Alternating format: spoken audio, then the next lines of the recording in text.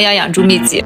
它们确实挺肥的，而且贼能吃，特别是玛莎和抱抱，像是饿死鬼投胎，每天都要吃8、9顿。被人称为猪，那也是需要点本事的。每次开饭稍微晚一会儿，这家伙就自己动手了。来，他们几只都超爱这款高叶家的益生菌猫粮，大家应该很眼熟吧？我真的安利过很多次。作为养猪大户，猫粮消耗的很快。前段时间双十一我囤了整整2大箱，便宜了不少呢。益生菌猫粮的好处就是养肠胃、易吸收。你看猫粮的洞洞颗粒，吃起来特别酥脆。